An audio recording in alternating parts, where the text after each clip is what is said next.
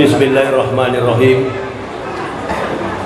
Assalamualaikum warahmatullahi wabarakatuh.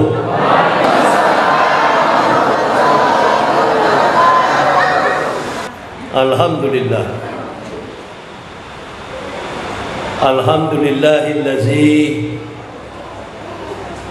arsadal uqula ila tauhid wa hadaha wa auduha adillata wahdaniyati wa jalaha wa abtala bi barohil haq subhal batil.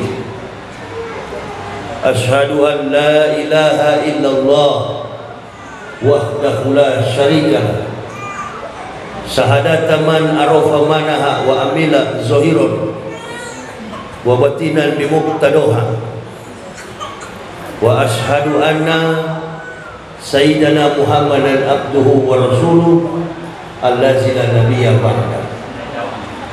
Allahumma fasholli wa sallim ala imamil abrar wal muqarribin sayyidina wa maulana Muhammadin wa ala alihi wa sahbihi al-ansar wal muhajirin wa alaina ma'ahum bi rahmatika ya arhamar rahimin.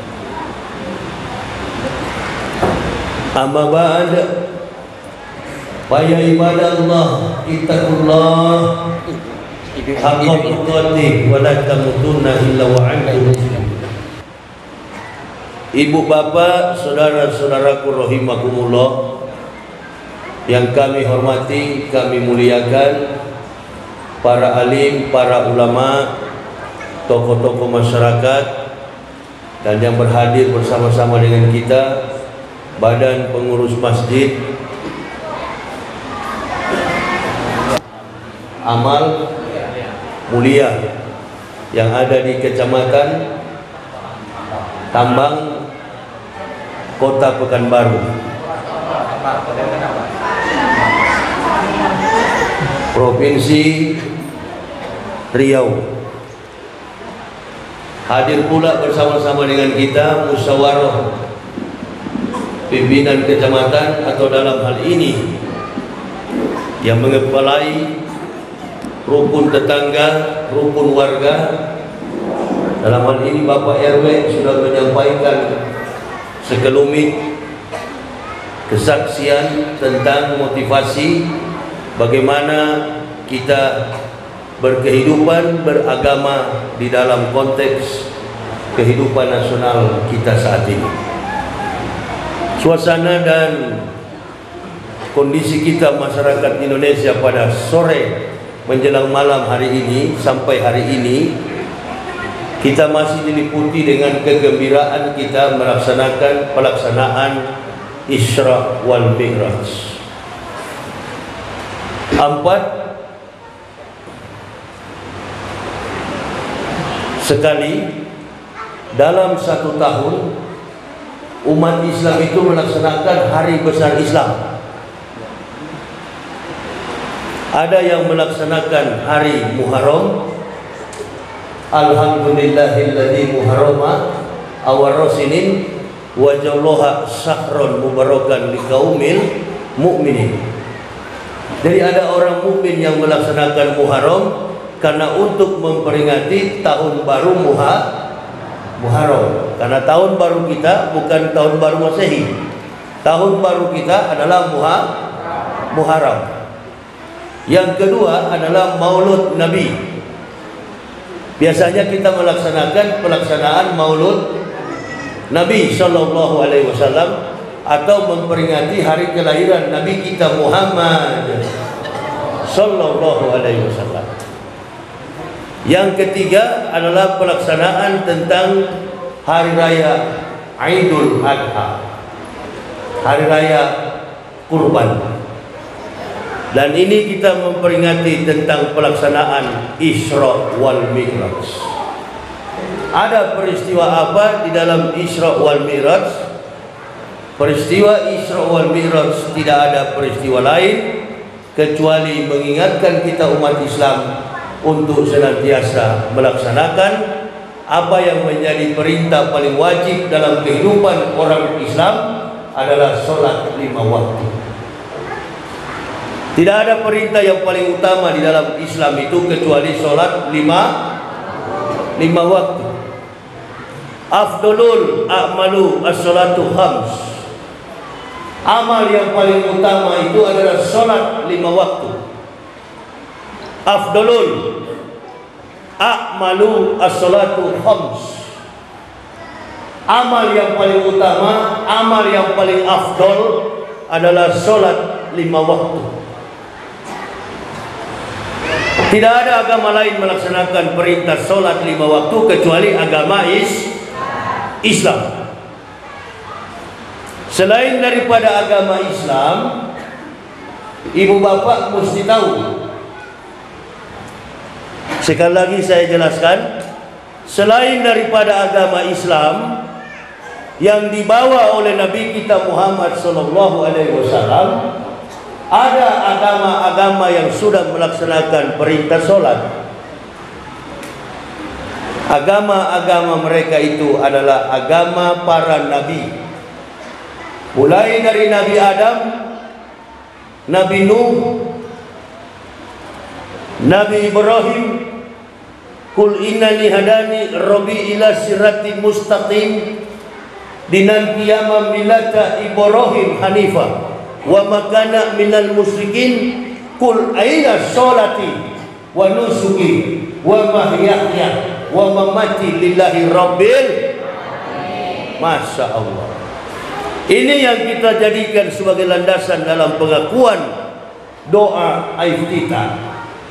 Qul innani hadani Rabbi ila siratim mustaqim, dinan qiyamah millata Ibrahim hanifah wa makana minal musyrikin. Lalu kita pegang kekuatan itu. Qul aina sholati wa nusuki wa mahyaya wa mamati lillahi rabbil alamin. Ini adalah pegangan keimanan yang dipegang oleh Nabi kita Ibrahim alaihissalam. Kemudian Rasulullah sallallahu alaihi wasallam melanjutkan perintah sholat ini menjadi sempurna. Jadi nabi-nabi dulu melaksanakan sholat belum sempurna. Sekali lagi Bu Bapak, nabi-nabi dulu melaksanakan sholat belum sempurna. Dari Nabi Adam, Nabi Nuh, Nabi Ibrahim, Nabi Musa, Nabi Daud, Nabi Sulaiman, Nabi Isa alaihissalam, mereka melaksanakan sholat tapi belum sempurna adanya. Ini makanya kita diperingati tentang Isra wal Mi'raj. Apakah umat Islam pada waktu itu sudah sholat? Sudah ibu bapak. Sudah. Peristiwa Isra wal Mi'raj terjadi karena usia kerasulan Nabi kita Muhammad sallallahu alaihi wasallam sudah berusia 11 tahun. Jadi usia beliau sebagai Nabi, usia beliau sebagai Rasul sudah 11 tahun. Berarti sudah malang melintang dalam melaksanakan sholat. Tetapi Allah masih menjemput, memerintahkan Nabi kita Muhammad sallallahu alaihi wasallam agar dibimbing, agar dibawa, agar disertai oleh malaikat Jibril dengan menunggangi seekor buruk.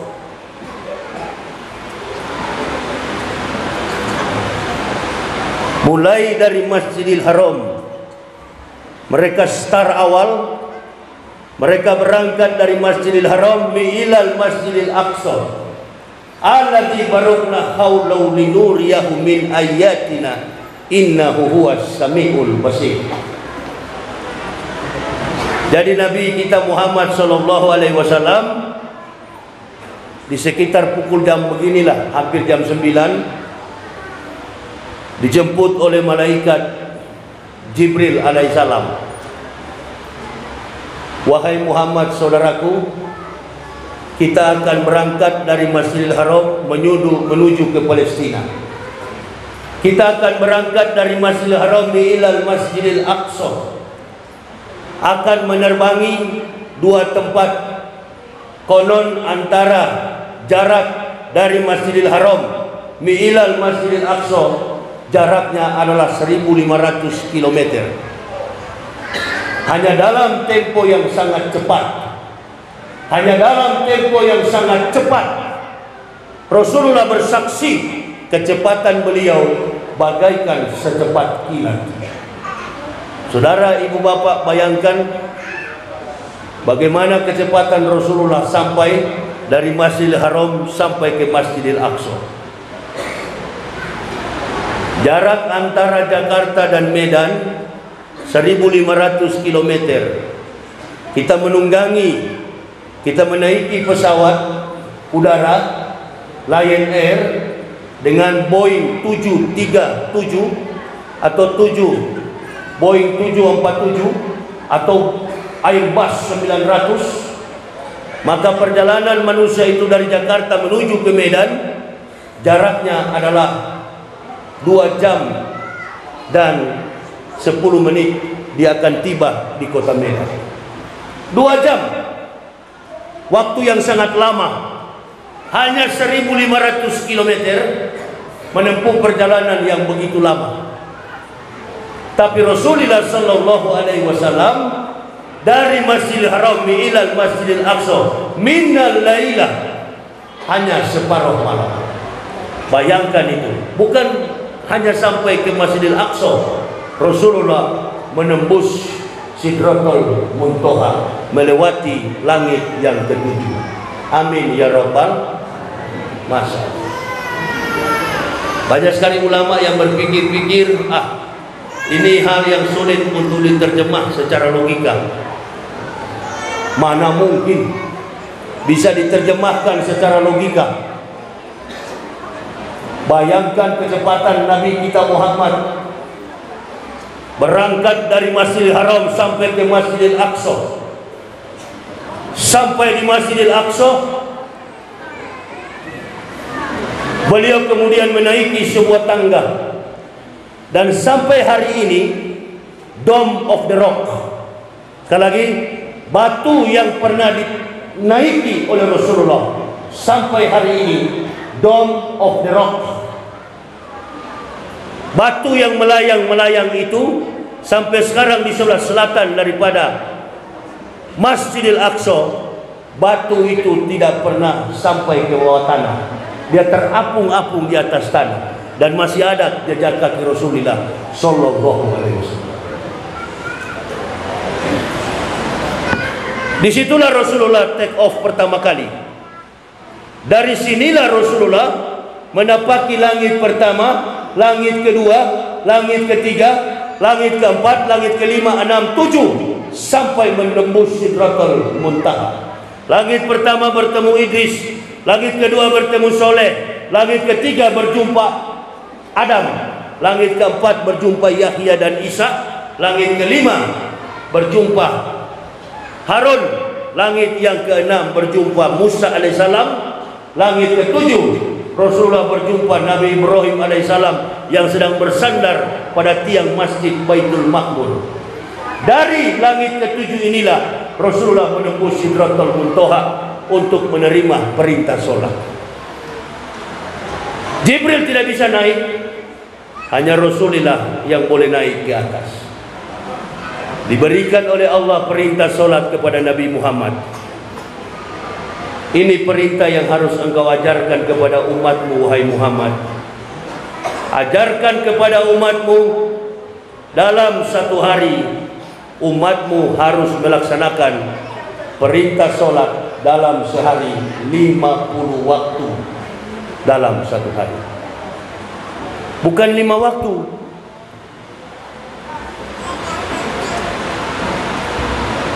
Begitu Rasulullah mendengar perintah 50 waktu, sebagai nabi yang ikhlas, nabi yang sabar, nabi yang betul-betul cinta kepada umatnya, beliau turun dan mengatakan kepada Allah, kami akan mengajarkan perintah 50 waktu dalam sehari kepada umat manusia.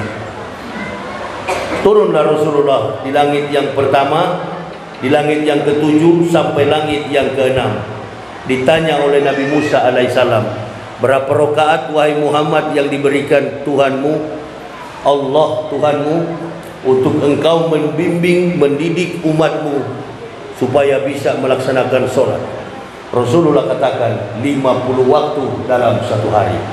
Kata Nabi Musa, jangankan 50 waktu, satu waktu saya mengajarkan Bani Israel bangsa biadab, jangankan 50 waktu dalam satu hari, satu waktu dalam mengajarkan Bani Israel, tidak ada satupun Bani Israel yang mampu melaksanakan sholat dalam panggilan satu waktu. Apalagi umatmu ini 50 waktu dalam sehari.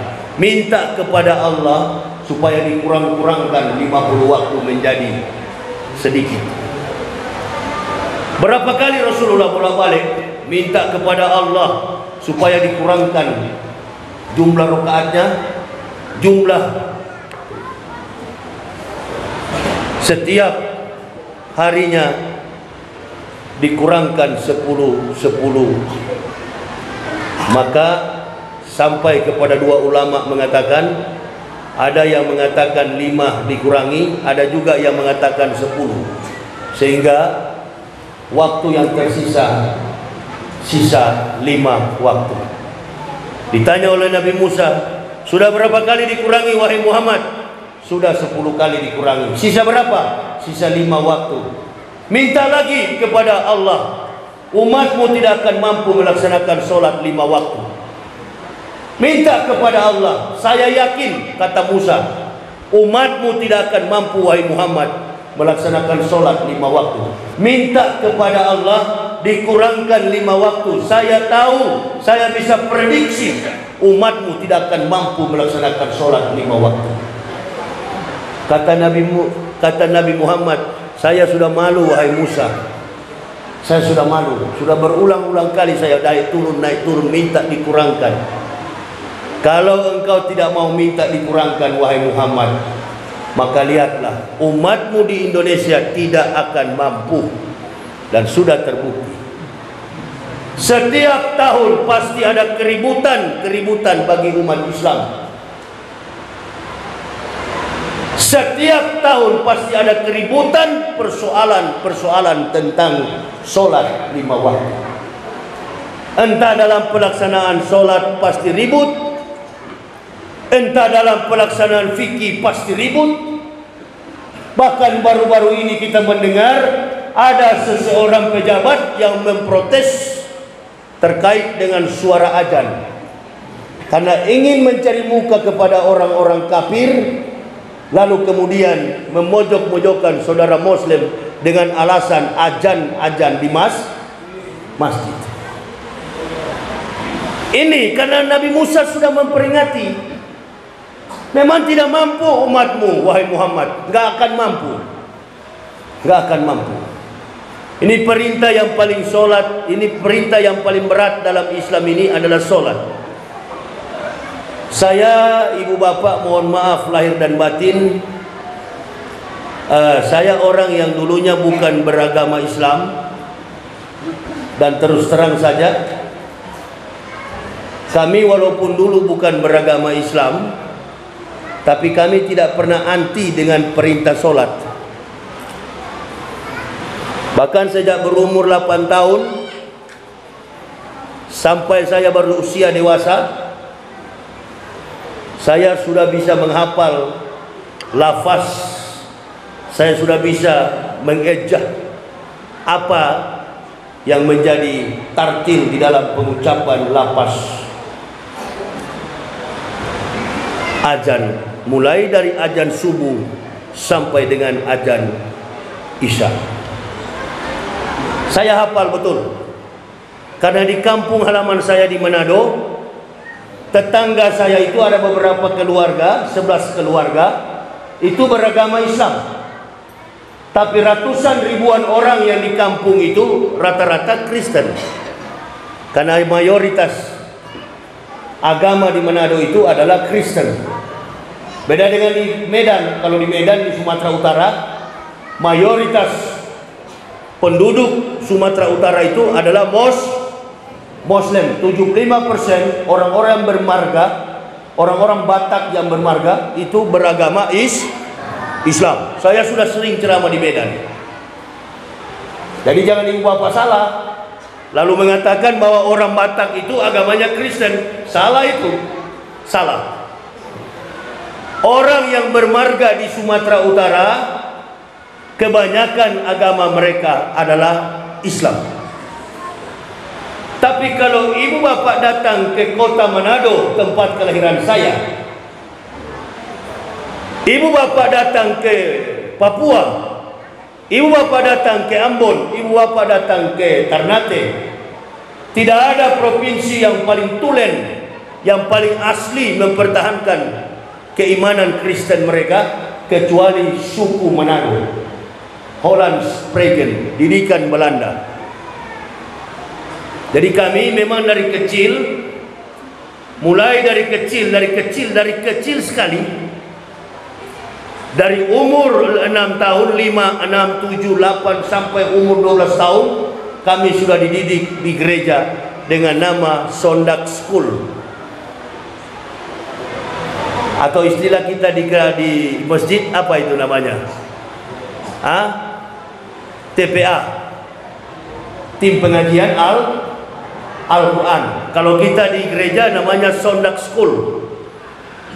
Jadi memang sudah dididik oleh gereja, oleh Belanda, sampai kepada dewasa disebut dengan katekisasi. Kita diajar tentang doktrin-doktrin gereja. Nah, betapa kuatnya kira-kira orang Kristen Manado mempertahankan keyakinan Kristen. Tidak semudah untuk membalikan telapak tangan orang Manado masuk Islam. Enggak semudah itu. Makanya coba ibu bapak perhatikan. Beberapa hari yang lalu ada seorang tokoh yang bebas dari penjara, yang baru-barusan bebas. Dia terlibat kasus korupsi dari Partai Demokrat, dari hutan Pondok Bambu, rutan perempuan, namanya Angelina Sondag. Itu bapaknya adalah seorang profesor, bapaknya adalah seorang rektor Unsrat, Universitas Samratulangi Manado. Dia masuk Islam. Dia masuk Islam. Setelah masuk Islam, dia mendapat masalah, dia mendapat musibah, dia masuk penjara, dan dia dipenjarakan berpuluh-puluh tahun, hampir 12 tahun. Adakah Angelina Sondag, Angie, mundur dari kenyataan iman kepada Allah? Subhanallah. Dari sekian banyak wanita yang ada di penjara, tidak ada wanita yang menghafis Quran, yang menghafal Quran, kecuali Angelina Sondag. Bahkan beliau yang menjadi guru mengaji kepada saudara-saudara Muslim. Nah, inilah kalau orang yang punya pengetahuan ketika mendapatkan hidayah dari Allah. Beda dengan orang yang murtad. Orang yang murtad dari Islam persoalannya cuma dua. Kalau bukan Indomie 1 bungkus, beras 1 liter. Beda. Apalagi di Amerika, apalagi di Eropa. Saya baru keluar dari penjara. Di satu kesempatan saya sering jadi imam di dalam penjara. Bahkan ada beberapa orang yang menjadi imam, jadi khotib, dan saya termasuk khotib di situ karena saya dikenal oleh publik di luar adalah ustadz. Satu ketika datang jamaah lari kepada saya, orang Jawa. Assalamualaikum Kiai. Waalaikumsalam. Ada apa? Ini mau kasih tahu Kiai. Nah, Itu ada orang Cina tidak bisa bahasa Indonesia. Ada orang Cina tidak bisa bahasa Indonesia. Ada juga orang Cina tidak bisa bahasa Inggris. Dia hanya bisa bahasa Mandarin. Tapi dia sudah hampir 3 minggu Kiai. Sudah hampir 3 minggu Kiai. Dia ikut-ikutan berjamaah bersama-sama jamaah. Oh, luar biasa saya katakan. Kau tahu dari mana? Ada. Rupa-rupanya jamaah sudah pada tahu. Kita berdialog dengan dia, dia menghindar karena dia tidak bisa bahasa Inggris, juga tidak bisa Indonesia. Dia tidak bisa juga bahasa Indonesia. Inggris pun tidak bisa.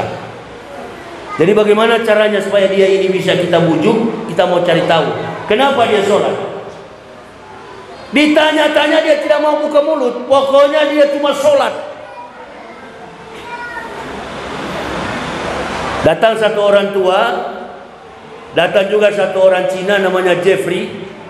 Kebetulan jago bahasa Mandarin dan ditanya, "Kok Jeffrey, tolong tanyakan kenapa dia sholat?" Apa jawaban dia? Tujuan dia ini cuma satu. Dia datang sholat karena dia ingin mencari ketenangan. Rupa-rupanya setiap kami sholat dia intip. Masjid di depan kamar saya. Setiap kali saya sholat dia duduk di depan kamar saya. Dia pantau terus, dia lihat terus kami sholat. Subhanallah. Rupa-rupanya dia mau hadir sholat, dia hanya ingin mencari ketenangan. Bayangkan, kok bisa-bisanya ada orang Islam. Satu waktu saya diundang ke daerah apa ini sebelum Rohul ini, masuk ke kebun-kebun di dalam situ. Saya dan suami istri pas kedapatan maghrib. Kami sampai ke situ sholat. Orang timbang-timbang itu kelapa sawit. Dia timbang-timbang karet, dia timbang sawit. Allahu Akbar, Allahu Akbar. Masjidnya dibangun, warungnya di samping. Dia cuma timbang-timbang kelapa sawit. Saya cuma berdoa dalam hati, mudah-mudahan kelapa sawit itu jatuh di kepala, pecah kepalamu itu. Iya. Jadi dia abaikan perintah sholat, dia abaikan beribadah kepada Allah, dan dia mengutamakan mencari bisnis. Ini orang bisnisnya Masya Allah. Rekening yang ada, aset yang ada dia. Setelah dia ditangkap di Mabes Polri, aset yang disita ratusan miliar, barang bukti. Dia nggak ada sesuatu yang dia cari. Tidak ada sesuatu yang dia tenangkan dalam hidup kecuali dia sujud kepada Allah. Dan ibu bapak perlu tahu, kejadian semacam ini sudah terjadi di Eropa dan Amerika. Qad aflahal mu'minun allazina hum fi sholatihim khashi'un walladzina hum 'anil laghwi muridun walladzina hum fil zakatihim fa'ilun walladzina hum li furujihim hafizun. Beruntunglah orang-orang yang beriman. Ibu bapak, saudara-saudaraku, tanpa mengeluarkan modal, tanpa mengeluarkan aset, begitu dilahirkan sudah dicap sebagai seorang Allahu Akbar. Nah, ini harta yang paling berharga yang kita dapatkan dalam kehidupan kita di dunia. Jadi orang Islam, Allahu Akbar. Mau kapanpun dia mau sholat, terserah dia. Terserah dia. Saya keluar penjara kemarin diundang oleh Deddy Corbuzier melaksanakan podcast. Rupa-rupanya beliau tahu banyak sekali yang saya Islamkan. Banyak sekali orang yang saya sadarkan di penjara dan masuk Islam. Padahal saya tidak mengislamkan mereka. Mereka yang bertanya kepada saya, Ustadz, kita ini kan kebaktiannya setiap minggu sekali. Iya betul. Nah kalau Ustadz kan kebaktiannya, ibadahnya, menyembahnya, sujudnya, sholatnya kepada Allah dalam satu hari lima kali. Boleh nggak kami orang Kristen ikuti seperti orang Islam? Saya katakan mantap itu kawan. Ente sholat subuh, ente sholat zuhur, ente sholat asar, ente sholat maghrib, ente sholat isya dalam satu hari 5 kali. Sama statusmu dengan Muslim. Tapi kami tidak masuk Islam, Ustaz. Nggak usah masuk Islam, nggak usah. Nggak perlu masuk Islam. Yang penting ente sholat dulu. Tapi bagaimana Ustaz kalau ada yang lain lihat? Nanti saya tanggung jawab. Jadi bagaimana? Pakai celana apa besok pagi? Pakai sarung. Tapi kalau nggak ada sarung, nggak bisa ikat pakai sarung, pakai training spak. Kalau nggak bisa pakai celana, nggak pakai sarung, pakai celana panjang. Jadi duduknya di mana Ustaz? Nggak perlu pakai duduk, nggak ada bangku di dalam masjid. Silakan, sholat subuh gabung. Boh, begitu subuh dia sudah duluan datang di situ. Mulai. Ya namanya kita di dalam penjara, mau kemana? Penjara, kamar, kamar, penjara. Orang yang pemalas sholat sekalipun jadi rajin sholat.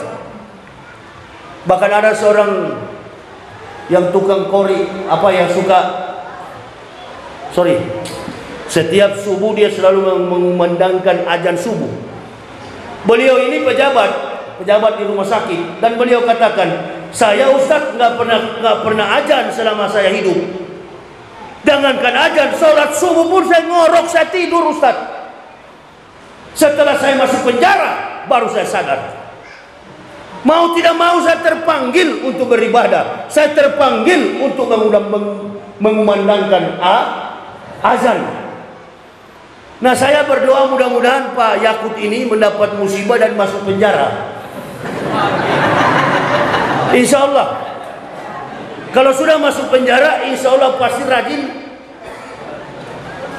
Ya mau tidak mau, kalau tidak ada yang muazin, terpaksa dia yang azan. Saya aja yang dari kafir begitu masuk penjara jadi imam. Begitu kan?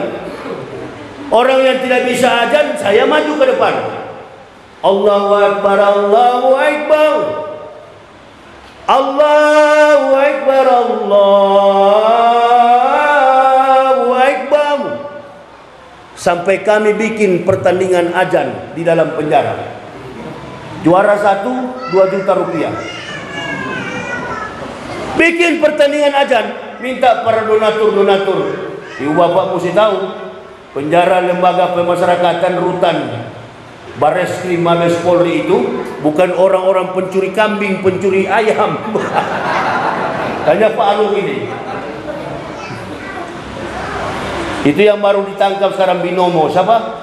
Kens, siapa? Nah, itu yang begitu-gitu. Itu bukan maling 1-2 biji, 1 ekor ayam. Aset omset mereka itu sudah Masya Allah.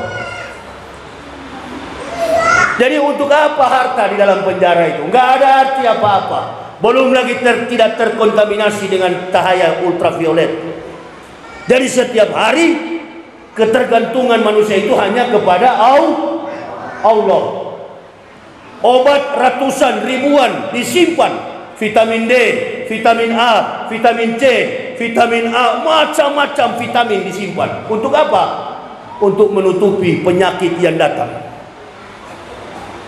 Bayangkan itu. Nah, mau bergantung kepada siapa? Kecuali hanya kepada Allah. Orang Cina itu banyak yang begitu. Waduh, mau bergantung kemana lagi? Hanya orang Islam yang rajin. Kalau siang boleh ada sholat fardu, kalau malam minal laila fatahajat bihi. Di separuh malam ada sholat apa? sholat tahajud. Dikutip dari perjalanan Rasulullah sallallahu alaihi wasallam, minal laila fatahajat bihi. Pada separuh malam sholatlah, sujudlah kamu menyembah kepada Allah. Karena hanya separuh malam Rasulullah menembus Sidratul Muntaha.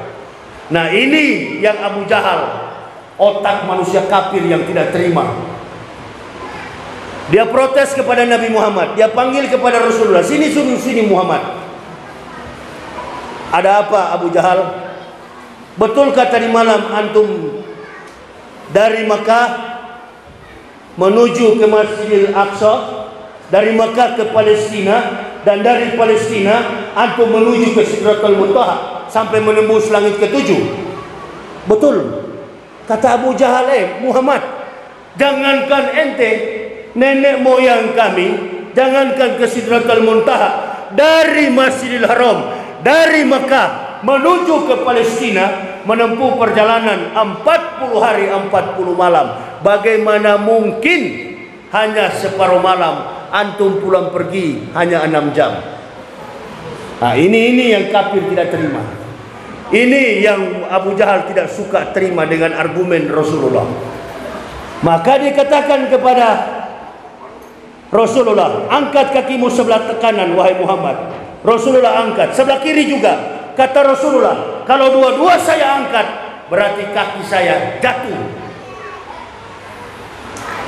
Ini Abu Jahal lupa ada gaya gravitasi.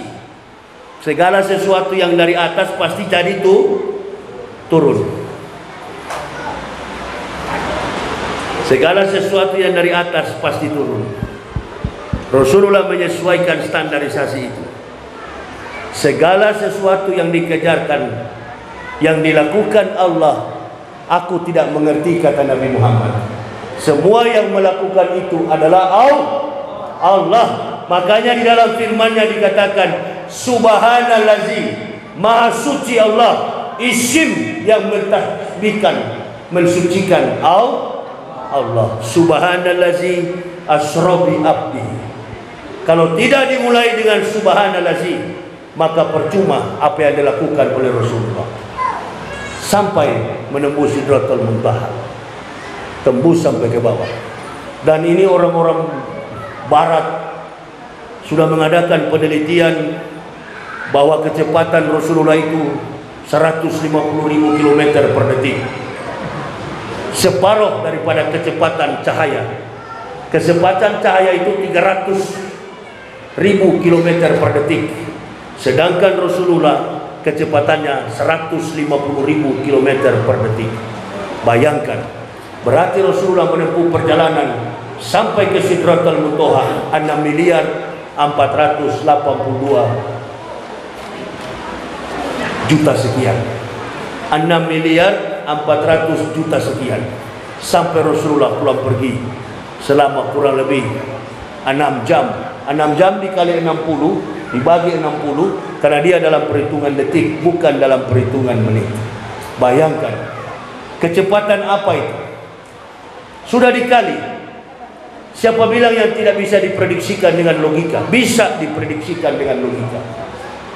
Sampai ke atas sana Rasulullah turun, Rasulullah sampai, Rasulullah jelaskan kepada Abu Jahal. Pada waktu itu bukan sedikit orang yang masuk Islam kemudian murtad lagi, mereka kembali kepada kekafiran. Kenapa? Karena percaya kepada Abu Jahal. Nah, saya juga yakin sekali ini, jangan-jangan ini manuver politik yang ada di negara kita.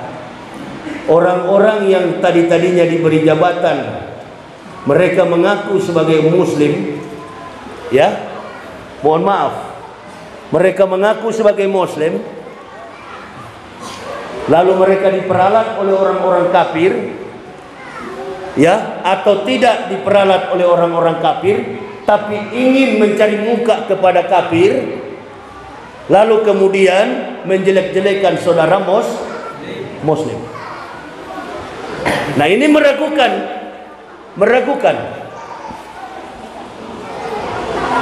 Jangan katanya kita mengumandangkan azan, Nanti kalau ada tetangga kita yang punya 5 ekor anjing di sebelah juga punya apa itu, anjingnya menggonggong, kita juga mengucapkan, mengumandangkan azan, 5 ekor anjing juga gonggong, maka suaranya jadi sama. Ini bagaimana cara orang kafir hancurkan Islam, pakai Islam dengan menggunakan orang Islam. Sekarang lagi ribut ini. Saya doakan mudah-mudahan bukan kasus azan, bukan kasus apapun, mungkin kasus-kasus korupsi ke depan, iya kan? Baru si apa itu Yakut. Iya, Yakut kedapatan nyolong uang negara, itu. Iya kan? Bukan kasus masalah azan, bukan. Mungkin ke depan ada uang haji atau uang negara dikorupsi dan kemudian ditangkap KPK, masuk penjara di Mabes Polri, insya Allah di dalam penjara jadi rajin dia mengumandangkan azan. Begitu. Itu. Kok jadi begini pejabat kita? Pejabat kita ini jadi rusak begini.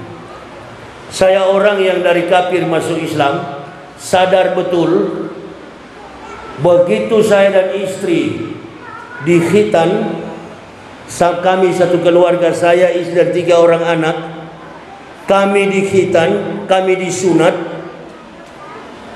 Baru 3 hari saya disunat, saya sudah minta kepada ketua MUI untuk segera bawa kami ke masjid. Kami ingin sekali sholat berjamaah di masjid. Karena belum tahu etika di dalam masjid, saya masuk pertama masjid. Begitu masuk pertama di masjid, saya sholat sunatul masjid. Saya sholat sunatul masjid cuma 1 rakaat. Ada yang di samping tegur sama saya, Pak, ya itu sholat apa? Sholat. Ya sholat apa itu Pak? Sholat. Kok kenapa cuma 1 kali? Ya sholat. Jadi beliau ketawai.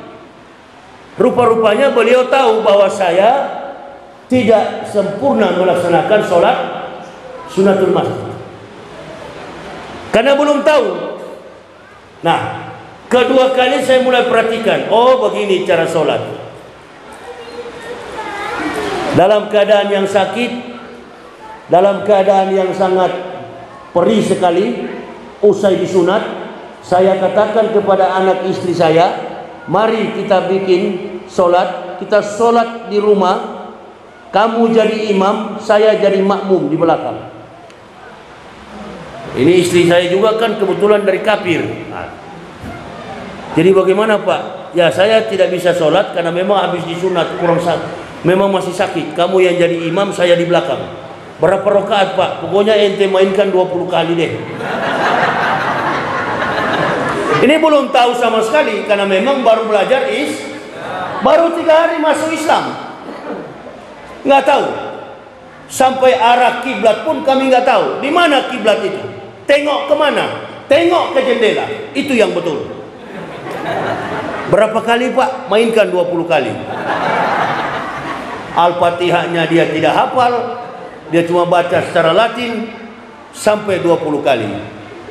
Datang Pak Komarun Sofa, sholat apa itu Pak Yahya? Sholat subuh. Sholat subuh bukan 20 kali Pak, cuma 2 kali. Kalau begitu Bapak berikan saya buku, berikan saya tuntunan, berikan saya ilmu supaya saya paham tentang sholat 5 waktu. Diberikanlah buku warna kuning itu, tuntunan sholat, wirid dan doa, lengkap. Belum sampai zuhur di siang hari, saya sudah hafal tentang sholat itu. Oh, rupa-rupanya menjadi mudah kalau ada ilmu. Al-ilma bil kasab labin nasab. Ilmu itu dipelajari, bukan karena dari keturunan. Jadi kami pelajari. Saya mulai bertanya-tanya kepada Pak Komarun. Berarti Pak tidak boleh saya sholat istri jadi imam ya? Oh nggak boleh Pak, kecuali di pendeta boleh. Kalau di pendeta perempuan boleh jadi pendeta, boleh jadi imam. Tapi kalau di Islam nggak boleh. Yang jadi imam adalah laki-laki. Oh, tidak gampang di dalam Islam ini. Masuk ke masjid mesti bersih tangan, baju yang penting murah, nggak jadi masalah.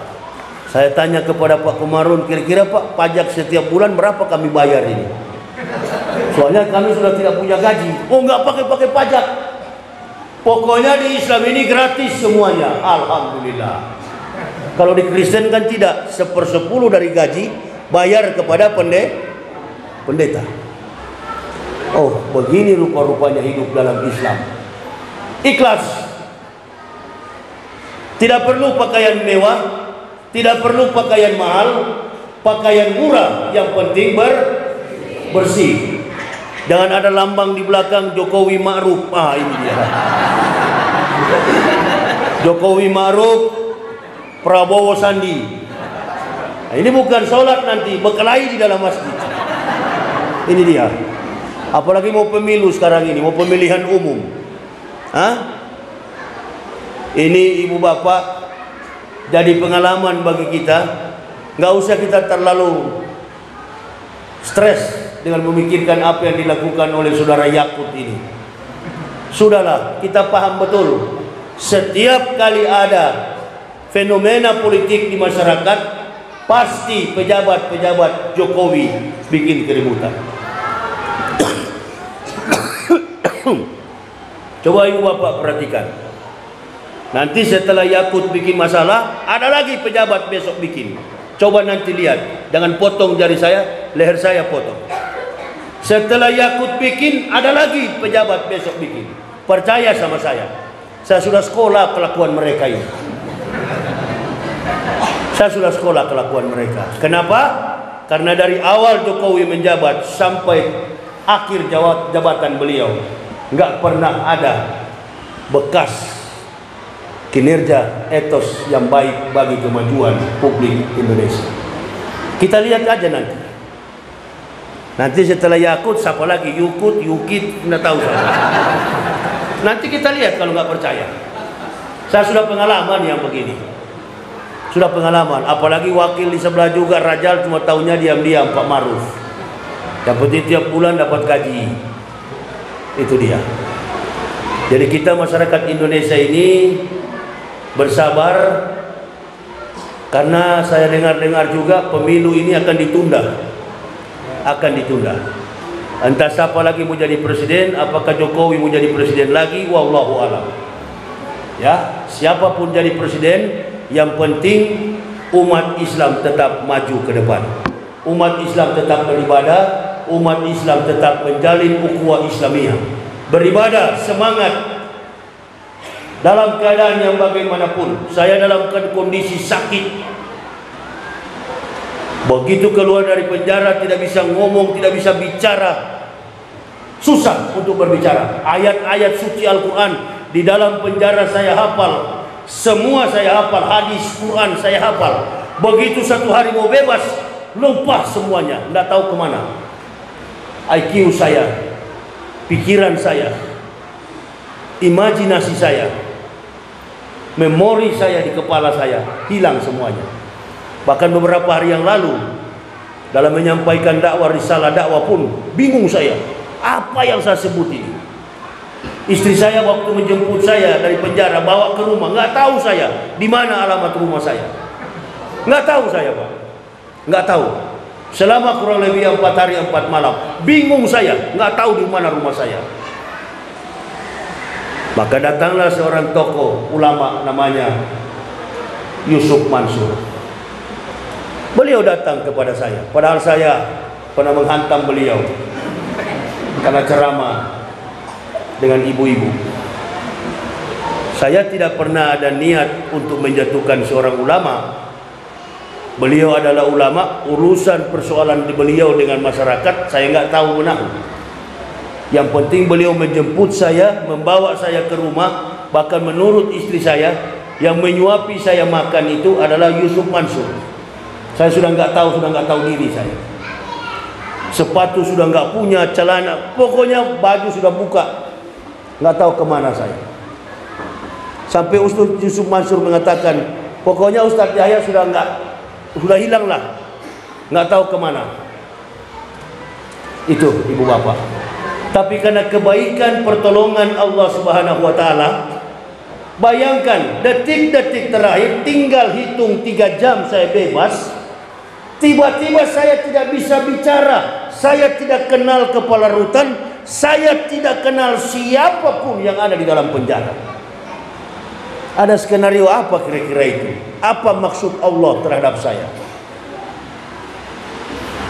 Enggak. Sebagai orang yang diberi nikmat iman oleh Allah, hadapi itu, minta kepada Allah pertolongan. Akhirnya kembalikan pelan-pelan. Saya sudah berpikir, berarti hidup saya ini sudah tidak bisa bicara lagi. Cuma duduk, merenung, diam, nggak bisa bicara lagi, nggak tahu apa yang mau dibuat, apa yang mau dipikirkan. Cuma duduk-duduk di dalam rumah.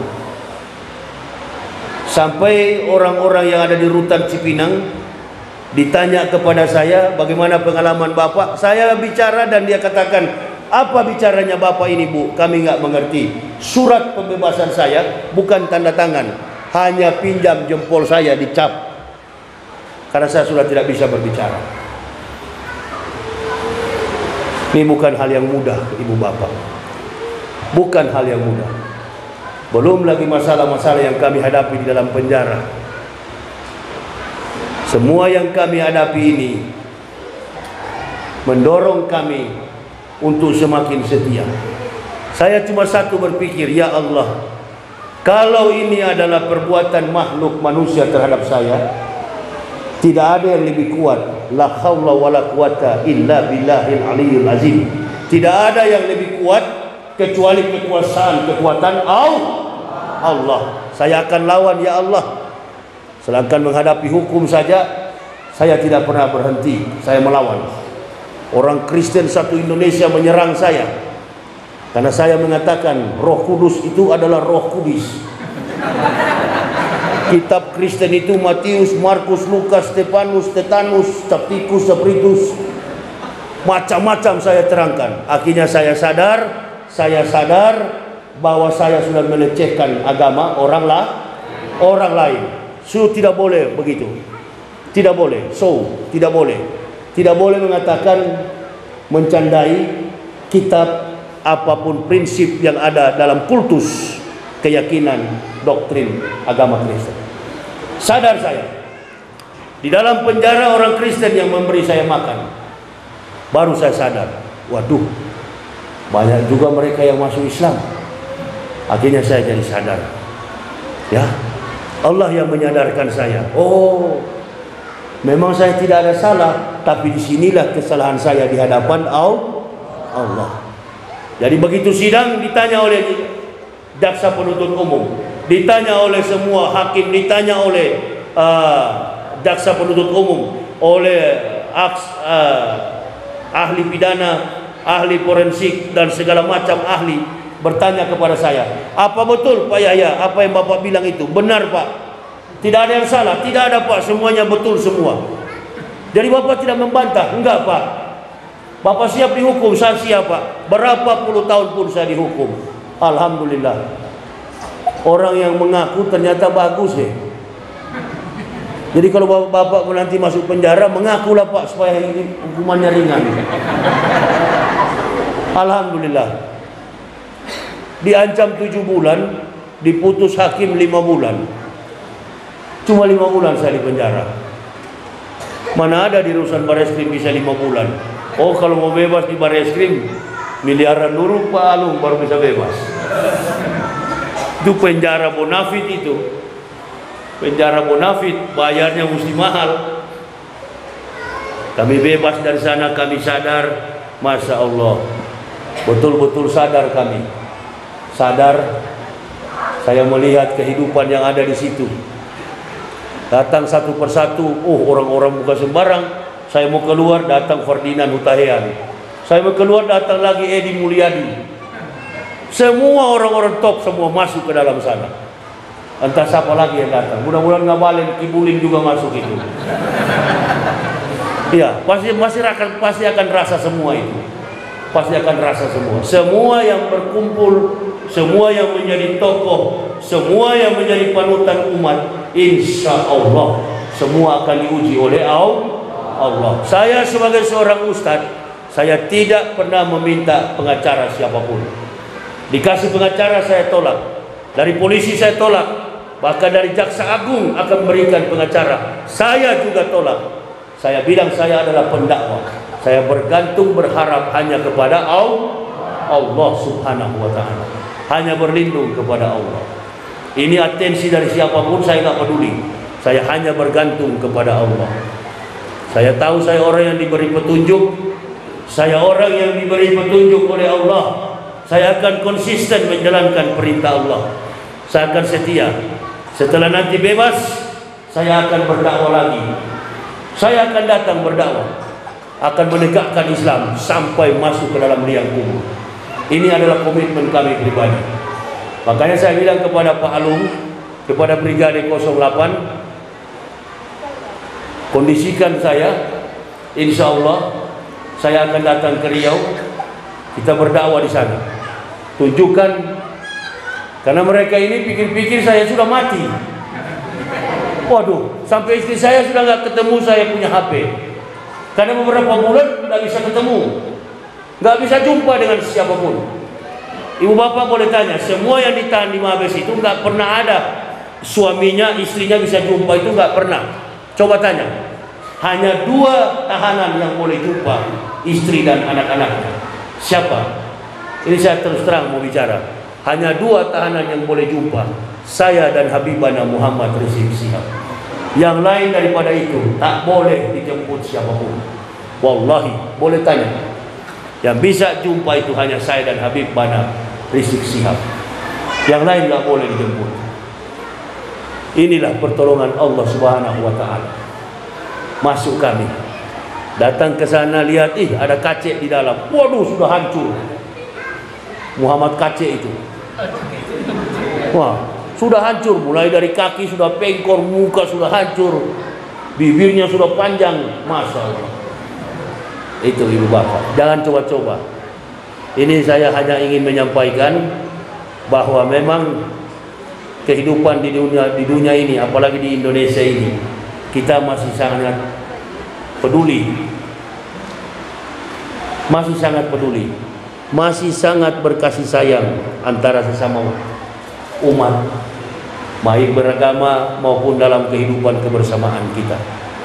Saya sendiri mempelajari kebersamaan itu justru di dalam penjara. Nggak apa-apa kita bicara tentang ketegasan prinsip-prinsip agama. Kita bicara. Saya tegaskan kepada mereka, tidak ada agama yang paling benar kecuali agama Islam. Aina dina indallahil Islam. Tidak ada agama yang diridhoi Allah kecuali agama Islam. Saya tanyakan kepada yang lain, mana argumen kamu? Mana keyakinan kamu? Enggak punya. Enggak punya, saya tawarkan. Bagaimana kalau ikut saya? Ikut. Kamu ikuti saja, kalau enggak enak kamu keluar lagi. Tapi bagaimana Pak Yahya kalau nanti kita disunat? Insya Allah disunat itu nanti disunat di dokter boleh, disunat di imam boleh, disunat di kampung juga boleh. Saya sunatnya di kampung pakai bambu. Sakitnya minta ampun. 8 hari 8 malam baru saya berhenti pegang sarung begini terus. Susah memang, sakitnya minta ampun. Ya. Kalau tidak ada syarat sunat, banyak orang kafir masuk Islam. Tapi yang masuk Islam ini, yang sunat ini yang berat. Kenapa? Karena kalau tidak sunat berarti tidak boleh sholat. Itu dia. Jadi tidak mudah Pak Yakut. Tidak mudah kita melepaskan azan itu, sampai ada seorang pemuda, sampai ada seorang yang mengawal Rasulullah, setia di samping kanan Rasulullah. Akhirnya beliau menjadi korban, dibantai, dihabisi oleh kaum Quraisy. Kenapa? hanya karena memanggil orang beribadah. Hayya 'alas shalah, hayya 'alal falah. Siapa dia? Siapa dia?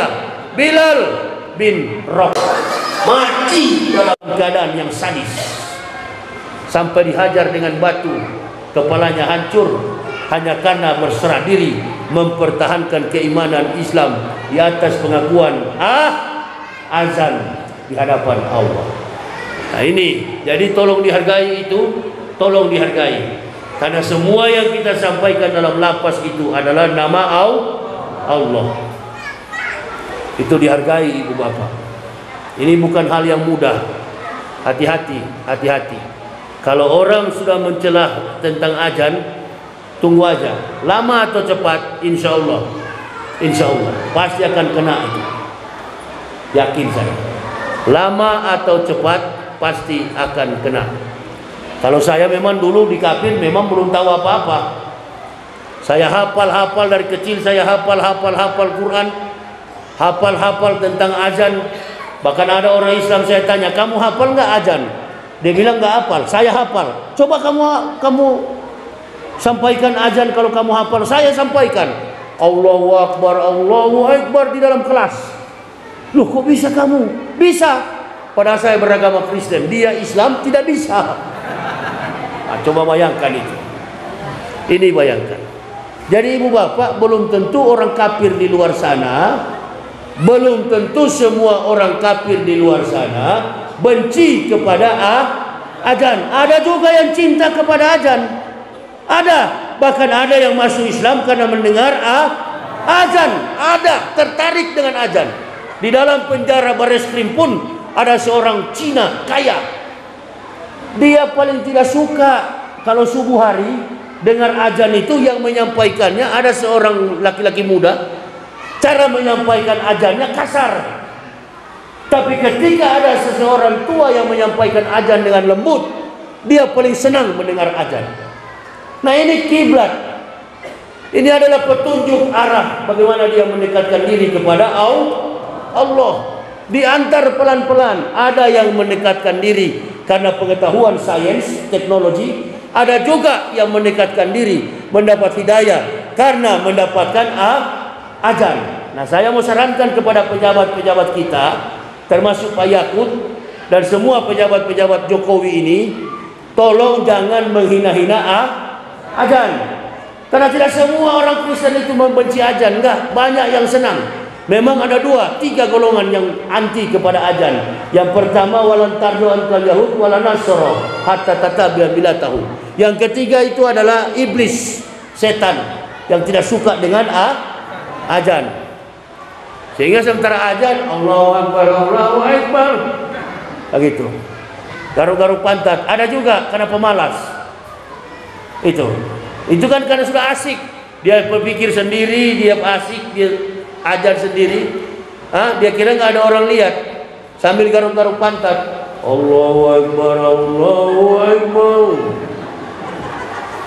Nggak pernah saya lihat, Bu. Pernah saya lihat. Begitu habis azan saya bilang, kawan, ente kalau masih mengantuk, bobo aja dulu lah. Ya, biar nanti anak yang azan. Allahu Akbar, Allahu Akbar. Asyhadu an la ilaha illallah. Itu, ada juga begitu. Sering saya lihat itu. Makanya habis azan saya terus tegur, Jack. Karena saya nggak tahu namanya, sebagai Jackie. Jack, ente lagi kali kalau mengantuk, ya, ente jangan pikir nggak ada orang deh. Aneh ada di samping, biar nanti aneh yang azan. Insya Allah itu. Tapi kalau lihat banyak orang rapi, waduh, rapinya minta ampun. Nah ini yang begini-gini.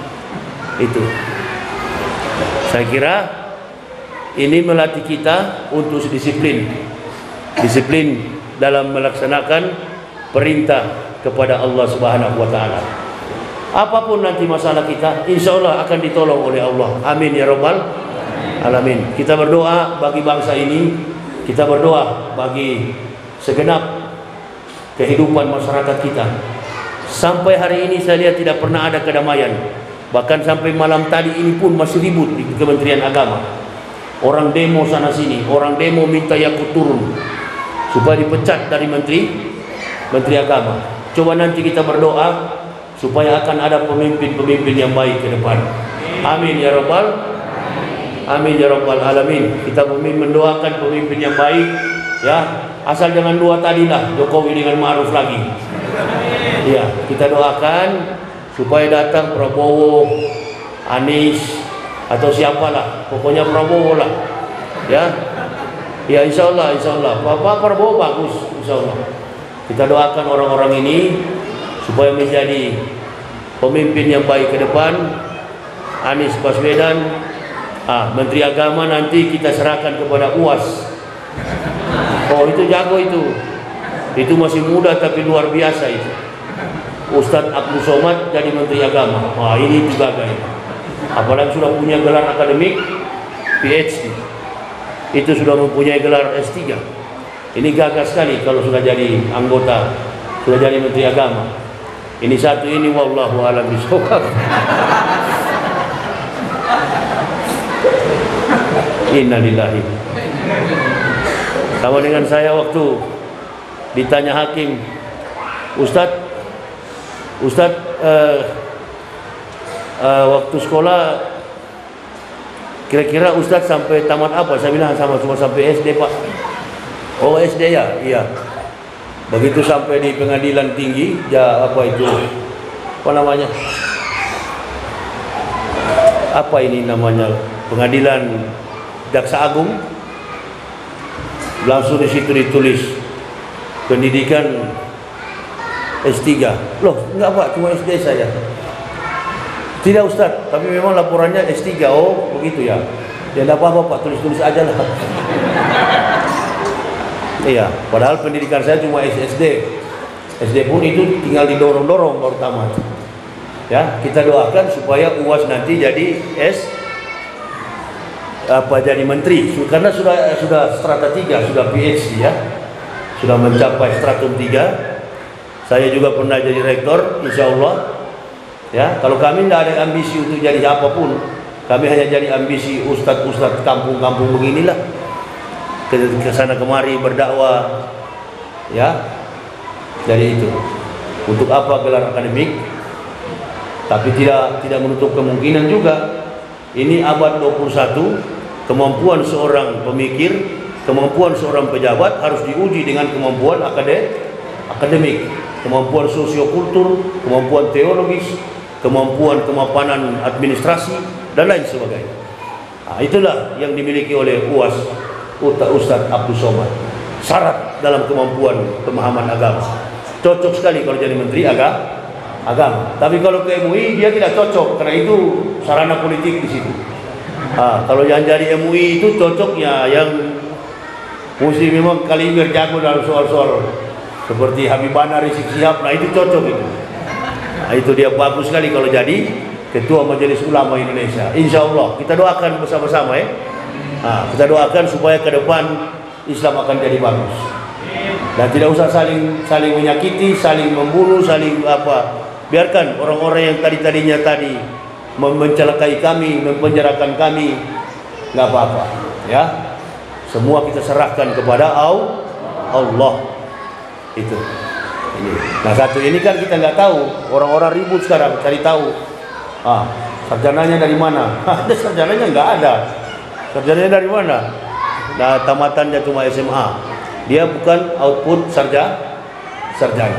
Ini kemampuan untuk melahirkan, menelurkan kredibilitas dalam kompleks permasalahan publik sangat berat. Maka dibutuhkan orang-orang yang punya kemampuan. Kita berdoa agar Pak Jokowi sampai semua pejabat-pejabat beliau di 2024 turun dengan baik. Turun dengan baik, ada presiden-presiden yang lebih baik ke depan. Presiden dan wakil presiden, menteri-menteri yang lebih baik ke depan. Orang tua-tua nggak usah jadi wakil presiden. Ya, termasuk Ma'ruf Amin itu.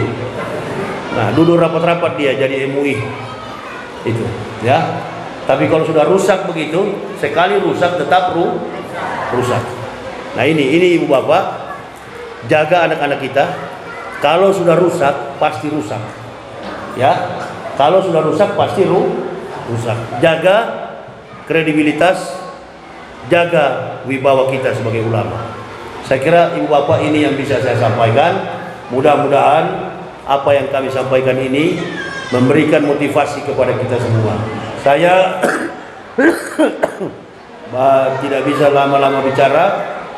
Insya Allah dari jam berapa saya sampai kelewat saya ke sana itu, mau ke masjid sini tadi pagi, tadi maghrib. Saya sholat maghrib di sana pertama.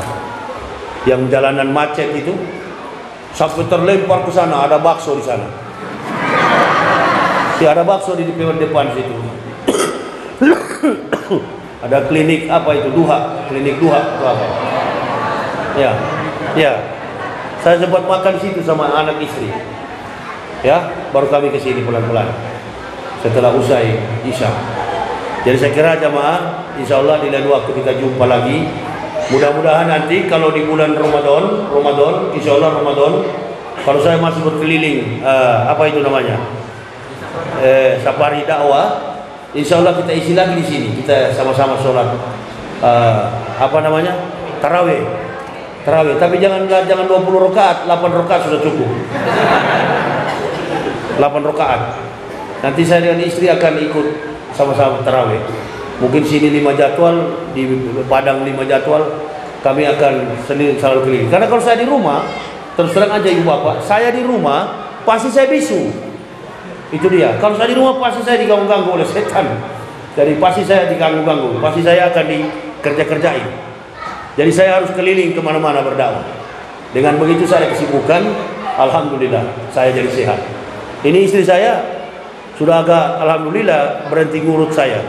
Biasanya injak di belakang, lari keliling kompleks, dikawal seperti orang gila saya. Padahal tidak gila, karena memang begitu. Dianggap sudah gila saya di kompleks itu. Jadi saya kira itu ibu bapak ya. Insya Allah nanti bulan April kita jumpa lagi di lain waktu. Kita akan berbicara tentang peran sholat dan sekaligus rahasia kitab samawi diturunkan pada bulan Ramadan. Saya kira ini yang bisa saya sampaikan. Usikum wa nafsi bitaqwallah. La ilaha illa huwa 'alallahi falyatawakkalul mu'minun. Wassalamualaikum warahmatullahi wabarakatuh.